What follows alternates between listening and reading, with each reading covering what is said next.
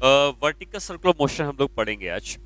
और उस vertical circular motion में हमें बेसिकली ये सीखना होगा कि जब कोई भी पार्टिकल एक वर्टिकल सर्कुलर मोशन में ट्रैवल करता है तो उसकी स्पीड अलग अलग जगह पे अलग अलग होती है। और अगर वो किसी रस्सी से बांध के सर्कल में घुमाया जा रहा है तो उस रस्सी में टेंशन भी अलग अलग जगह अलग अलग आती है। ठीक है, तो सारा डिस्कशन हम लोग करेंगे इसके लिए।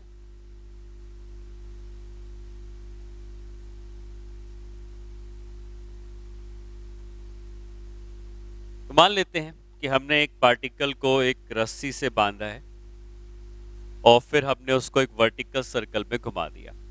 वर्टिकल सर्कुलर मोशन एक नॉन यूनिफॉर्म सर्कुलर मोशन होता है क्योंकि जो उसकी स्पीड होती है वो हमेशा उसकी बदलती रहती है। तो ये वो स्ट्रिंग है जिससे सर्कल में बांधा गया है, पार्टिकल को बांधा गया है और ये पार्टिकल एक वर्टिकल सर्कल में घूम रहा है। ये सर्कल का सेंटर है। ठीक है, तो इस रस्सी से बंधे हुए पार्टिकल का मास जो है वो m के बराबर है और जैसे जैसे पार्टिकल आगे चलता जाएगा इसकी पोजीशन बदलती जाएगी और रस्सी में टेंशन जो होगी वही बदलती जाएगी। ये बात तो क्लियर होनी चाहिए आपको कि जैसे जैसे पार्टिकल ऊपर की तरफ जाएगा इसकी जो स्पीड होगी वो डिक्रीज करती जाएगी। जैसे जो ऊपर जाएगा स्पीड डिक्रीज करती जाएगी और नीचे आएगा तो स्पीड बढ़ती जाएगी। ठीक है, और इस तरीके के सर्कुलर मोशन में आप ये बात समझें कि किसी भी हॉरिजॉन्टल पोजीशन में, मतलब ये अभी ऊपर जा रहा है, उसी तरीके से लौट के जब ये यहां पर आएगा और सेम हॉरिजॉन्टल पोजीशन पे पहुंचेगा जो वहां की है सेम लेवल पे, तो यहां पर वो उतनी ही स्पीड से नीचे आ रहा होगा जितनी स्पीड से यहाँ पे ये ऊपर जा रहा था। तो दोनों जगहों पर उसकी जो स्पीड होती है वो सेम रहती है। तो अगर हम इधर का डिस्कशन कर लें तो इधर का डिस्कशन जो होगा वो आइडेंटिकल होगा, तो उसको अलग से करने की जरूरत नहीं पड़ेगी। ठीक है, तो अगर हमने यहां से उसको सर्कल में घुमाना शुरू किया है तो जैसे जो ऊपर जाता है उसकी स्पीड कम होती जाती है। इसका मतलब सबसे ज्यादा स्पीड इसके नीचे वाले पॉइंट पे होती है और ऊपर की तरफ मूव करते करते इसकी स्पीड जो होती है वो डिक्रीज करती जाती है और फिर जब ये नीचे आता है तो अगेन उसकी स्पीड जो होती है वो बढ़ती जाती है। ठीक है, तो यहां पर स्पीड उसकी डिक्रीज हो रही है, साथ में एक और चीज होती है टेंशन का फोर्स। तो आप ये भी याद रखें कि जो टेंशन इस रस्सी में होगी वो टेंशन की वैल्यू भी डिक्रीज करती जाएगी जैसे जैसे ये पार्टिकल ऊपर की तरफ जाता है। तो जैसे जो ऊपर जाएगा तो टेंशन एंड स्पीड दोनों चीजों में डिक्रीज होता है। ठीक है, हम ये कह सकते हैं as the particle goes up the circle speed and tension both decreases, दोनों में डिक्रीज होता है। ठीक है, अब किस जगह पर क्या टेंशन है और किस जगह पे क्या स्पीड है अब ये भी पता करना चाहेंगे। तो हम जब इसको नीचे से फेंकते हैं तो इसकी स्पीड u के बराबर होती है और हर जगह पे इसकी स्पीड अलग अलग होती जाती है और यहाँ पे मान लेते हैं कि टेंशन t है। ठीक है, आपको ये पता है कि सर्कल में मूव करने के लिए सेंट्रीपिटल फोर्स की जरूरत पड़ती है और अगर ये टेंशन t है, इसका मास कुछ होगा तो mg का फोर्स भी डाउनवर्ड लग रहा होगा। तो T की टेंशन ऊपर की तरफ लग रही है, mg का फोर्स नीचे की तरफ लग रहा है। नेट सेंट्रीपिटल फोर्स की अगर मैं बात करूं तो T माइनस mg कहोगे क्योंकि T सेंटर की तरफ है, mg सेंटर से दूर है। तो सेंट्रीपिटल फोर्स का मतलब होता है कि नेट फोर्स जो सेंटर की तरफ लगना चाहिए और नेट फोर्स जो सेंटर की तरफ लगेगा वो होगा T माइनस mg और इस सेंट्रीपिटल फोर्स को हम लिख देंगे mu स्क्वायर बाई r या mu स्क्वायर बाई l। अगर रस्सी की लेंथ l है या रस्सी का रेडियस r है तो हम लिख सकते हैं T minus M G equal to mu square by r के बराबर। कुछ देर के बाद जब ये पार्टिकल यहाँ पहुंचता है तो इसकी वेलोसिटी या स्पीड v के बराबर है और यहाँ की जो टेंशन होगी, ये टेंशन को मैं लिख ही रहा हूँ जिससे कि हम एक जनरल रिलेशन देख पाए कि किस तरीके से चेंज हो रहा है। बट ये बात श्योर होनी चाहिए कि इधर की टेंशन जो होगी वो इधर की टेंशन से कम होगी और इधर की जो स्पीड होगी वो इधर की स्पीड से कम होगी। और कौन सा फोर्स लग रहा है इसके ऊपर, क्योंकि इसका मास है तो mg का फोर्स डाउनवर्ड डायरेक्शन में लग रहा होगा और अगर mg का फोर्स डाउनवर्ड डायरेक्शन में लगता है और वर्टिकल से इसने थीटा का एंगल बनाया होगा, तो इस mg के फोर्स के दो कंपोनेंट्स आ जाएंगे, क्योंकि ये एंगल अगर थीटा का है तो इस एंगल को भी थीटा कह सकते हो। जो कंपोनेंट इस तरफ आएगा इसको mg cos थीटा कहेंगे, और जो कंपोनेंट इस तरफ आएगा इसको mg sin थीटा कहेंगे। ठीक है, अब अगर हम बात करते हैं सेंट्रीपिटल फोर्स की, तो सेंट्रीपिटल फोर्स होता है सेंटर की तरफ लगने वाला नेट फोर्स। तो T लग रहा है सेंटर की तरफ और mg cos थीटा लग रहा है सेंटर से अवे। तो नेट फोर्स जो सेंटर की तरफ लगेगा वो हम लिख सकते हैं T minus mg cos theta. T इधर, mg cos थीटा इधर। ठीक है, mg sin थीटा का क्या यूज है मैं बताऊंगा, लेकिन सेंटर की तरफ की बात करते हैं। T इधर है, mg cos थीटा इधर है, तो T minus mg cos theta net centripetal force है, और सेंट्रीपिटल फोर्स को हम क्या लिखते हैं, mv स्क्वायर बाई r के बराबर। ठीक है, तो यहाँ की अगर हमें टेंशन निकालनी होगी तो T minus mg cos theta is equal to mv square by r।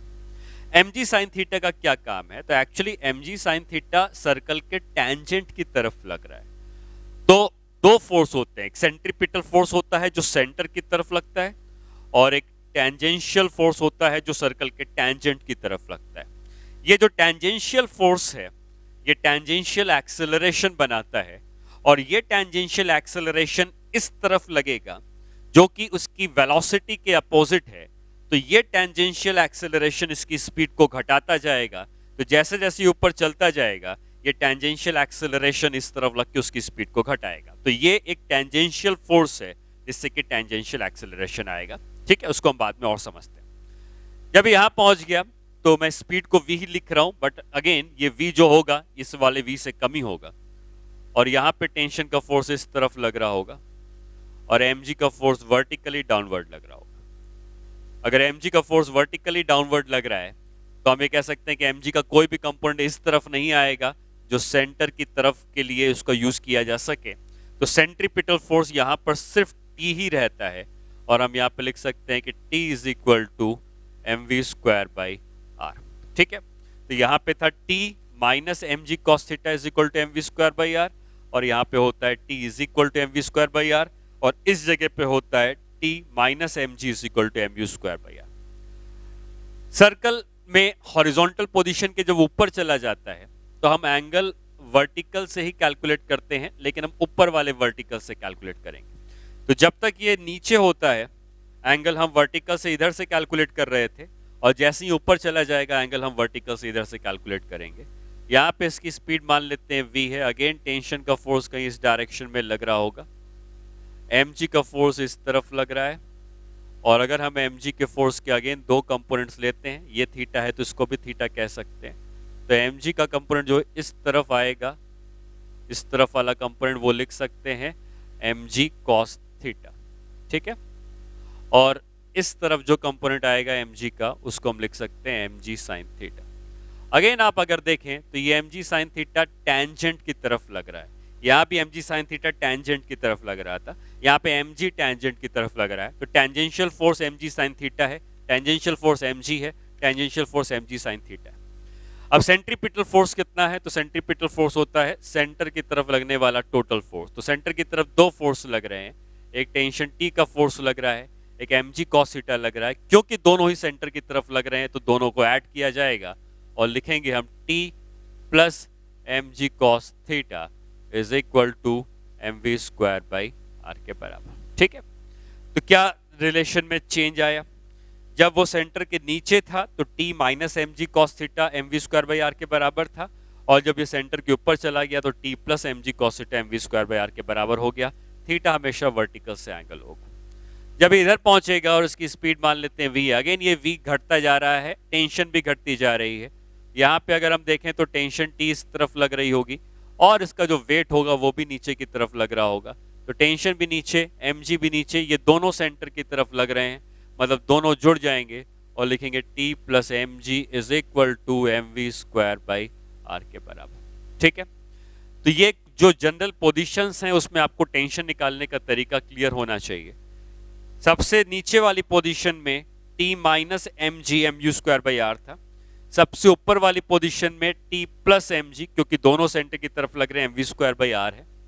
Horizontal position में सिर्फ T mv square by r के बराबर होता है, हॉरिजॉन्टल के नीचे T minus M G cos theta होता है, हॉरिजॉन्टल के ऊपर टी प्लस एम जी कॉस थीटा होता है। ठीक है, तो किस जगह पर क्या टेंशन का रिलेशन है वो आपको यहां से समझ में आना चाहिए। ये सब मैं सेंट्रीपिटल फोर्स की बात कर रहा हूं। टी माइनस एम जी यहाँ का सेंट्रीपिटल फोर्स है, T minus M G cos theta centripetal है, टी सेंट्रीपिटल है, टी प्लस एम जी कॉस थीटा सेंट्रीपिटल है और T plus M G centripetal है। जहां तक टेंजेंशियल फोर्स की बात है तो टेंजेंशियल फोर्स यहाँ पे एम जी साइन थीटा लग रहा है, यहाँ पे एम जी लग रहा है, होना भी चाहिए क्योंकि जैसे ही ये पार्टिकल यहाँ से मूव करके यहाँ जाएगा तो क्या थीटा 90 हो जाएगा, और जैसे ही थीटा 90 होगा तो आप एम जी साइन थीटा में थीटा को 90 करोगे तो साइन 91 हो जाएगा और टेंजेंशियल फोर्स एम जी हो जाएगा। फिर ऊपर जाओगे tangential force M G sine theta. अच्छा, यहाँ पे थीटा कितना है, थीटा ये एंगल है, यहाँ पे थीटा कितना है, 0 है, और थीटा अगर 0 है तो tangential force M G sine theta हमेशा होता है, तो थीटा को 0 पुट करोगे तो यहाँ पे टेंजेंशियल फोर्स 0 हो जाएगा, टेंजेंट की तरफ कोई फोर्स नहीं लग रहा है। उसी तरीके से यहाँ पे टेंजेंट की तरफ कोई फोर्स नहीं लग रहा है, सारा फोर्स सेंटर की तरफ लग रहा है, और टेंजेंशियल फोर्स यहाँ पर भी 0 आएगा। कैसे आएगा, ये थीटा जब यहाँ पहुंच जाओगे तो थीटा फिर से 0 हो जाएगा, और टेंजेंशियल फोर्स हमेशा कितना होता है, एम जी साइन थीटा। तो मैं इसको यहाँ पे लिख देता हूँ कि tangential force is always mg sin theta, which gives tangential acceleration of g sin theta। ठीक है, अब ये एक्सेलरेशन या रिटार्डेशन दोनों में कुछ भी हो सकता है, क्योंकि अगर ये मोशन के अपोजिट लग रहा होगा तो रिटार्डेशन कहोगे जो स्पीड को घटाएगा, और वही चीज जब ये नीचे आने लगेगा तो मोशन के सेम डायरेक्शन में होगा तो स्पीड को बढ़ाएगा। ठीक है, तो यहां पर लोवेस्ट पोजीशन में ये रिलेशन आया था, इस जगह पर हमको ये रिलेशन मिला, हॉरिजॉन्टल पोजीशन पर ये रिलेशन मिला, फिर इस जगह पर हमको इस रिलेशन को मिलता है, और हाईएस्ट पॉइंट पर ये रिलेशन मिलता है। तो किस पोजीशन पे क्या रिलेशन है टेंशन का वो क्लियर होना चाहिए। दूसरा आता है कि और क्या क्या चीजें यहां पर इंपॉर्टेंट होती हैं। तो आप ये मान के चलो कि सबसे ज्यादा टेंशन लोवेस्ट पॉइंट पे होती है, जैसे मैंने आपको बताया, ऊपर जाते जाते टेंशन घटती जाती है, स्पीड भी घटती जाती है, तो सबसे ज्यादा टेंशन लोवेस्ट पोजीशन पे होती है, सबसे कम टेंशन हाईएस्ट पोजीशन पे होती है। ठीक है, और बीच वाली पोजीशन की टेंशन इनके मिड में कहीं ना कहीं आएगी, क्योंकि टेंशन ऊपर जाते समय घटती जाती है। तो जब पार्टिकल लोवेस्ट से हॉरिजॉन्टल पोजीशन तक पहुंचता है तो टेंशन में जो कमी आती है वो 3 mg के बराबर आती है। मतलब यहां की टेंशन इधर की टेंशन से 3 mg ज्यादा होगी। ठीक है, और फिर यहां की टेंशन ऊपर की टेंशन से ज्यादा होगी, क्योंकि जैसे ऊपर जाएगा तो टेंशन और घटेगी, तो हॉरिजॉन्टल पोजीशन की टेंशन हाईएस्ट पॉइंट की टेंशन से अगेन 3 mg से ज्यादा होगी। मतलब ये इससे 3 mg ज्यादा है और ये इससे 3 mg ज्यादा है, मतलब ओवरऑल ये हाईएस्ट पोजीशन से 6 mg से ज्यादा होगा। ठीक है, तो इस पॉइंट को भी अगर हम यहां पे नोट करते हैं कि tension at lowest position minus tension eight horizontal position का डिफरेंस निकालेंगे तो ये हमेशा 3 mg आएगा। ठीक है, और tension eight horizontal position minus tension eight highest position निकालेंगे तो ये भी 3 mg आएगा। या आप ये कह सकते हो कि लोवेस्ट पोजीशन की जो टेंशन होगी ये हाईएस्ट पोजीशन की टेंशन से 6 mg से ज्यादा होगी। ठीक है, तो ये जनरल रिजल्ट्स हैं जो आपको कई बार यूज करने पड़ते हैं, तो ये याद रखेंगे कि लोवेस्ट की पोजीशन की टेंशन हॉरिजॉन्टल से 3 mg ज्यादा है, हॉरिजॉन्टल की हाईएस्ट से 3 mg ज्यादा है, या लोवेस्ट की हाईएस्ट से ओवरऑल 6 mg ज्यादा हो जाएगी। ठीक है, और क्या जरूरत पड़ती है वर्टिकल सर्कुलर मोशन में, स्पीड की जरूरत पड़ती है कि जैसे जैसे ऊपर जा रहा है उसकी स्पीड में क्या चेंज आ रहा है। ठीक है, तो स्पीड कैसे निकालते हैं ये बात समझते हैं। स्पीड को निकालने के लिए थोड़ा सा हमें एनर्जी कंजर्वेशन का यूज करना पड़ता है। ठीक है, और एनर्जी कंजर्वेशन का यूज सिंपल है, मैं आपको सीधे सीधे रिजल्ट बताता हूं। इस बात से कोई फर्क नहीं पड़ता कि किस पाथ में जा रहा है। अगर यहाँ की वेलोसिटी स्पीड v1 है और यहाँ की स्पीड v2 है, कहीं कोई फ्रिक्शन या और कोई ऐसा फोर्स नहीं है जो वर्क डन कर रहा है, ग्रेविटेशनल फोर्स के अलावा, तो आप सिर्फ ये मान के चलें कि जैसे जैसे हाइट बढ़ती जाती है वैसे वैसे उसकी स्पीड घटती जाती है। ठीक है, तो अगर मैं इसको u कहता हूं, मान लो इसको u कहता हूं और इसको मैं सिर्फ v कहता हूं और ये हाइट h है, तो आपको ये मान के चलना है कि जो v स्क्वायर होता है वो u स्क्वायर माइनस 2gh ये यूज कर सकते हैं। ठीक है, तो final speed v square is equal to u square minus 2gh से h हमेशा वर्टिकल हाइट होगी, आप स्पीड निकाल सकते हैं। वहीं अगर इसका उल्टा होता मतलब हो सकता है कि ये पार्टिकल ऊपर से फेंका गया होता किसी स्पीड u से, और जब ये नीचे पहुंचता तो उसकी स्पीड v हो जाती और ये हाइट h के बराबर है। तो नीचे आते समय स्पीड बढ़ जाती है, ऊपर जाते समय स्पीड घट जाती है, तो यहाँ पे हम लिखेंगे v square is equal to u square plus 2gh। ठीक है, तो बस यही दो चीजें हैं जो आपको फिलहाल इस वर्टिकल सर्कुलर मोशन में यूज करनी पड़ेगी। ऊपर जाते समय स्पीड घटेगी तो v square is equal to u square minus 2gh, और नीचे आते समय स्पीड बढ़ेगी तो v square is equal to u square plus 2gh। ठीक, अगर हम इस चीज को अप्लाई करते हैं सर्कुलर मोशन में, तो अगेन हम एक सर्कल कंसीडर करते हैं जिसमें कि चार्ज पार्टिकल सर्कल में घूम रहे। लोवेस्ट पोजीशन पर जब था तो इसकी स्पीड मान लेते हैं u के बराबर थी। ठीक है, जब ये यहां पहुंच जाएगा तो हमें इसकी स्पीड निकालनी है। मान के चलते हैं कि हमें हर केस में u पता है, अगर कहीं और का पता होगा तो अगेन आपको किसी भी दो पोजीशन के लिए इसको लगा सकते हो।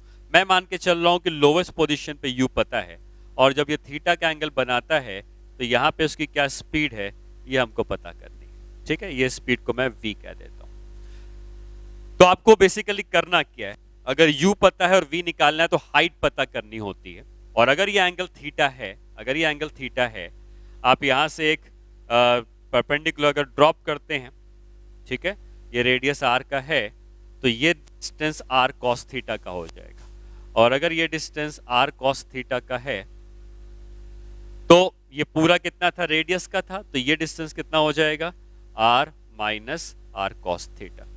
मतलब हमको जो हाइट चाहिए थी यहां से यहां तक की हाइट, अगर यहां से यहां शुरू करता है तो ये हाइट इतनी हो जाएगी, और फिर हम ये लिख सकते हैं कि v square is equal to u square minus 2g, h की जगह क्या यूज करेंगे, r minus r cos theta. तो आप इस रिजल्ट को याद रख सकते हैं कि जब वो नीचे से स्टार्ट करता है और किसी थीटा एंगल पर पहुंचता है तो उसकी स्पीड होती है v square is equal to u square minus 2g r minus r cos theta. ठीक है, उसी तरीके से बाकी जगह की स्पीड भी निकाली जा सकती है। अगेन इसी का यूज करके तो मैं डायरेक्टली लिखता हूं कि जब वो यहां से यहां गया तो हाइट कितनी गया, तो यहां से यहां जाने पे जो हाइट है क्या वो पूरी r के बराबर हो जाएगी, और यहां पे हाइट r के बराबर हो जाएगी, तो लिखेंगे v square is equal to u square minus 2gr। ठीक है, तो हॉरिजॉन्टल अगर लोएस्ट पोजीशन पे स्पीड u थी, थीटा के एंगल पर स्पीड इतनी हो गई, हॉरिजॉन्टल पोजीशन पे स्पीड हो गई u स्क्वायर माइनस 2gr, और अगर हॉरिजॉन्टल से और ऊपर जाता है, कहीं यहां पहुंच जाता है, तो आपको ये बात क्लियर होनी चाहिए जो मैंने टेंशन में बताई थी कि एंगल हमेशा हम वर्टिकल से ही कंसीडर करते हैं।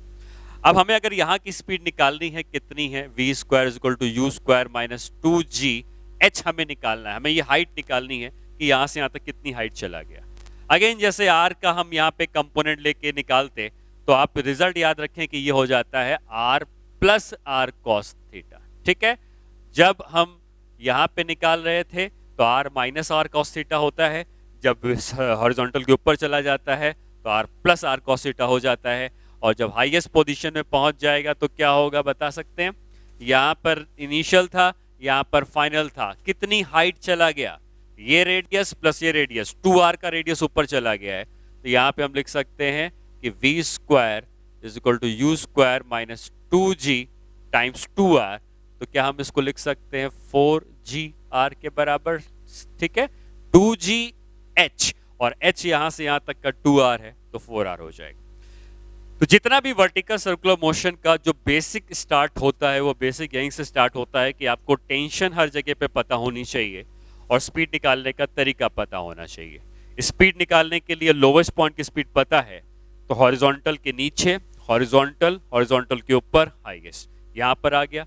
और वही काम मैंने टेंशन के लिए भी आपको बताया था कुछ देर पहले कि अगर आपको ये पता है कि यहाँ की स्पीड स्पीड अगर हर जगह की पता है, स्पीड निकालना सीख गए, स्पीड अगर हर जगह की पता है तो यहाँ की टेंशन ये है, यहाँ की टेंशन का ये फॉर्मूला है, हॉरिजॉन्टल का ये फॉर्मूला है, हॉरिजॉन्टल के ऊपर ये फॉर्मूला है और हाईएस्ट पॉइंट पर ये फॉर्मूला है। ठीक है, तो इस तरीके से आप स्पीड और टेंशन निकाल सकते हैं। अच्छा, चलो इसके ऊपर एक प्रॉब्लम करके देखते हैं। आपको अगर ऐसा दिया गया है, speed at lowest position is root over is u is equal to root over 6gr। ठीक है, r जब भी हम बात करेंगे रेडियस की होगा। Find the speed and tension in string when string makes an angle of 150 degree with lower vertical। ठीक, मतलब कहने की ये है कि पार्टिकल स्टार्ट किया यहाँ पर, u हमको दे दिया है, और अगर इस सर्कल में इस तरीके से मोशन करता है तो जब पार्टिकल के संग जो ये स्ट्रिंग है, जब ये स्ट्रिंग यहाँ पर कहीं पहुंच गई है, क्योंकि 150 डिग्री दिया गया है वर्टिकल के संग बना रहा है, तो इस जगह की जो स्पीड है वो बतानी है और इस जगह की जो टेंशन है वो बतानी है। ठीक है, हमें हमेशा जो डिस्कशन किया है उसमें ये हमने कंसीडर किया है कि जब वो हॉरिजॉन्टल के नीचे होगा तो हम इधर से एंगल कैलकुलेट करते हैं, जब हॉरिजॉन्टल से ऊपर होता है तो हम यहाँ से एंगल कैलकुलेट करते हैं। और अगर ये 150 है, ये पूरा 180 होता तो ये थीटा को हम क्या 30 डिग्री लिख सकते हैं। ठीक, और थीटा को 30 डिग्री लिखने के बाद हम हॉरिजॉन्टल के ऊपर के लिए v का क्या फॉर्मूला था, v square is equal to you square plus 2g r plus r cos theta. यही फॉर्मूला हमने सीखा था हॉरिजॉन्टल के ऊपर के लिए। तो ये हो जाएगा v square is equal to you square, U था √6gr, तो ये हो जाएगा 6gr plus 2g r plus r cos 30, क्योंकि 30 डिग्री का एंगल। cos 30 होता है √3/2, तो v स्क्वायर हो जाएगा 6gr और 2gr मिलके 8gr प्लस √3/2 में ये हो जाएगा gr√3। ठीक है, ये v स्क्वायर की वैल्यू हो गई और v हमें निकालना है, तो हम इसका अगर रूट ले लेंगे तो हमको v मिल जाएगा। तो हमको एक पार्ट ये पूछा था कि क्या स्पीड होगी, तो हमने स्पीड निकाली। ठीक है, दूसरा हमसे पूछता है कि यहाँ पे टेंशन कितनी है। तो अगेन हमारा पहला डिस्कशन जहाँ पे हमने टेंशन निकाली थी, हमें ये पता है कि जब वो हॉरिजॉन्टल के ऊपर चला जाता है तो हम लिखते हैं t plus mg cos theta is equal to mv square by r।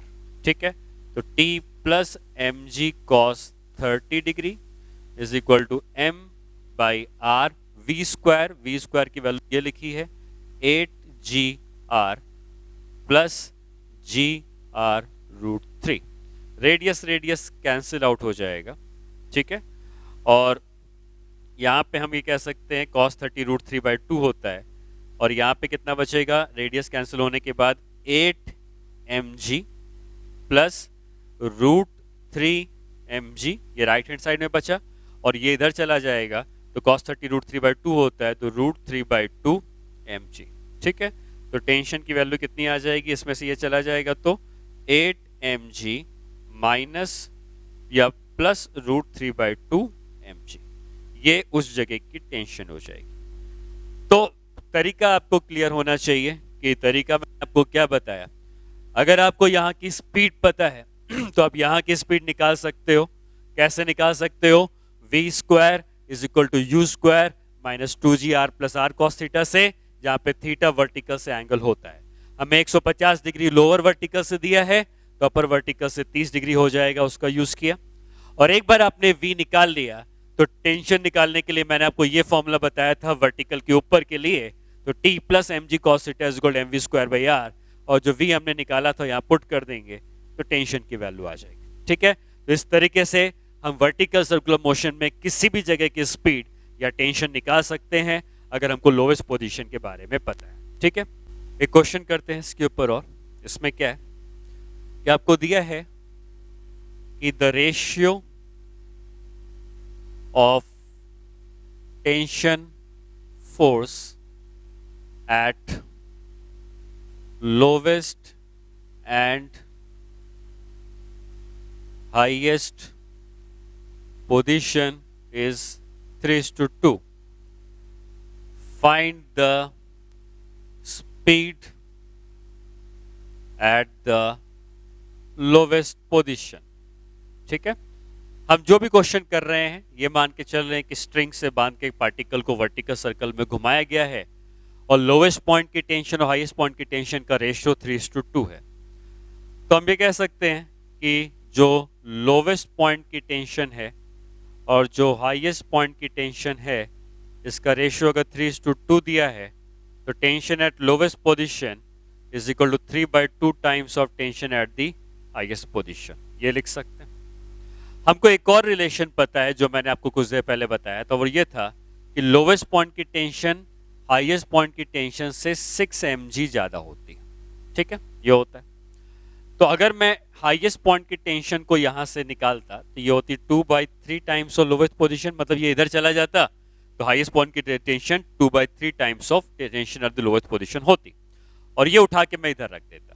तो tension at the lowest position minus 2/3 times of tension at the lowest position is equal to 6 mg। तो tension at the lowest position by 3 is equal to 6 mg। तो tension at the lowest position आ जाती 18 mg के बराबर। ठीक है, एक बार आपने tension at the lowest position निकाल ली तो आपको याद है कि tension at the lowest position का क्या फॉर्मूला होता था। हम लिखते थे tension at the lowest position में T minus mg is equal to mu²/r, ये लिखते थे लोवेस्ट पोजीशन के लिए। और लोवेस्ट पोजीशन की टेंशन अगर हमको मिल गई है तो 18 mg minus mg is equal to mu²/r, यहाँ से m और m कैंसिल हो जाएगा और यहाँ से हम लिख सकते हैं कि u आ जाएगा √17g/r के बराबर। ठीक है, तो इस तरीके से हमने लोवेस्ट पॉइंट की स्पीड को फाइंड आउट कर लिया। तो रेशियो पता था, ये रिलेशन आपको हमेशा याद होना चाहिए, और रेशियो अगर दिया है तो इन दोनों का यूज करके हम निकाल सकते हैं। नेक्स्ट प्रॉब्लम, नेक्स्ट क्वेश्चन ये है कि if particle of mass m is given an initial speed of u is equal to √gr at lowest position, find the angle theta with vertical where tension is equal to weight of the particle। ठीक है, मतलब हमसे ये पूछा है कि जो tension होनी चाहिए वेट ऑफ द पार्टिकल मतलब mg के बराबर हो जानी चाहिए, और ऐसा जाकर किस एंगल पर होता है। तो ये पार्टिकल एक सर्कल में घूम रहा होगा, यहाँ से प्रोजेक्ट किया है, मान लेते हैं कि यहाँ पे जो टेंशन है ये थीटा का एंगल कवर करने के बाद यही पूछा है कि वर्टिकल से क्या एंगल थीटा होगा जहाँ की टेंशन mg के बराबर हो जाएगी। तो यहाँ पे टेंशन का फॉर्मूला क्या होता था, अगर हम याद करें तो t इधर लगता था, mg cos थीटा इधर लगता था, और हम यहाँ के रिलेशन लिखते थे T minus mg cos theta is equal to mv²/r, जहाँ पे v यहाँ की स्पीड होती थी। ठीक है, यहाँ की स्पीड u है। तो अब हमें v चाहिए होगा कि v की वैल्यू कितनी है वो पुट कर देंगे। टेंशन की वैल्यू हमको पता है कि mg के बराबर करनी है क्योंकि टेंशन वेट के बराबर हो गया है, तो थीटा निकालना है। तो पहले हम v निकालेंगे, और आपको v के लिए मैंने बताया था कि हम लिखते हैं v² is equal to u² minus 2g r minus r cos theta, जब तक वो वर्टिकल के नीचे होता है। तो यहाँ पे हो जाएगा v square is equal to you square कितना था, g r minus 2gr plus 2gr cos theta. ठीक है, तो वी स्क्वायर की वैल्यू हो जाएगी माइनस जी r plus 2gr cos theta. ठीक है, अब हम इस वी स्क्वायर की जो वैल्यू हमने निकाली है, इस वी स्क्वायर की वैल्यू को यहाँ पे ले जाके पुट कर देंगे। ठीक है, यहाँ से वी स्क्वायर की वैल्यू को यहाँ निकाल के पुट कर, तो ये हो जाएगा टी, टी कितना हो जाना चाहिए, इक्वल टू वेट, तो मतलब टी की जगह लिख दिया M ji minus M G cos theta is equal to M by R, और वी स्क्वायर की वैल्यू इतनी आ गई है जो 2gr कॉस थीटा माइनस जी आर है, तो लिख देंगे 2gr cos theta minus G into R. ये आर यहां से आप कॉमन लेके इससे कैंसिल कर सकते हैं, तो यहां पे मिल जाएगा m ji minus M G cos theta is equal to r cancel होके बचेगा 2mg cos theta minus m into g. ठीक है, अब mg कॉस थीटा इधर आ जाएगा, mg इधर आ जाएगा, तो ये मिलेगा 2mg is equal to 3mg cos theta. इसका मतलब कॉस थीटा की वैल्यू 2/3 हो गई, तो थीटा हो जाएगा कॉस इनवर्स ऑफ 2/3। तो ये वो एंगल है वर्टिकल से जिस एंगल पर अगर हम पहुंचते हैं तो टेंशन की वैल्यू वेट के बराबर हो जाती है। कब, जब इनिशियल वेलोसिटी इतनी दी है। अगर इनिशियल वेलोसिटी कुछ और दी होती तो कुछ और एंगल आता जहां पर ये इसके बराबर हो सकता है। ठीक है, नेक्स्ट क्लास में हम लोग वर्टिकल सर्कुलर मोशन को कंटिन्यू करेंगे और ये सीखेंगे कि अगर आप एक रस्सी से बांध के पार्टिकल को वेलोसिटी देते हैं तो कम वेलोसिटी दोगे तो सर्कल नहीं कंप्लीट कर पाएगा, पहले ही लौट आएगा। तो आपको स्पीड नीचे बढ़ानी पड़ती है जिससे सर्कल कंप्लीट कर पाए। तो कम से कम क्या स्पीड देंगे जिससे सर्कल कंप्लीट कर ले। अगर हमने स्पीड उससे कम दी है तो सर्कल में कहां तक पहुंचता है, कितने एंगल तक पहुंचता है, ये सारी चीजों का डिस्कशन हम करेंगे। ठीक है, अगर वो सर्कुलर मोशन पहले ही खत्म करता है तो कितने एंगल पे खत्म करता है, ये सारा डिस्कशन करेंगे। उसके बाद हम लोग जैसे स्ट्रिंग के लिए कर रहे हैं, वैसे अगर कोई रिंग होती और उस रिंग के इंटरनल सरफेस पे अगर हम किसी मास को प्रोजेक्ट करते और वो मास अंदर अंदर सर्कल कंप्लीट करता, तो उसके लिए जो डिस्कशन होगा उसको देखेंगे। उसके बाद ऐसा हो सकता है कि हम किसी हेमिस्फेयर अगर आप मान लें और उसके ऊपर एक पार्टिकल को थोड़ा सा धक्का दे दें तो वो जाएगा, पूरा सर्कल तो कंप्लीट नहीं करेगा लेकिन कहीं कांटेक्ट छोड़ देगा। तो ये सर्कुलर मोशन का एक हिस्सा हो गया, लेकिन वो पूरा सर्कल ना कंप्लीट करके एक आर्क कंप्लीट करेगा तो कहाँ पे कांटेक्ट छोड़ देता है वगैरह, ये सारे पार्ट हम लोग नेक्स्ट क्लास में करेंगे। ठीक है।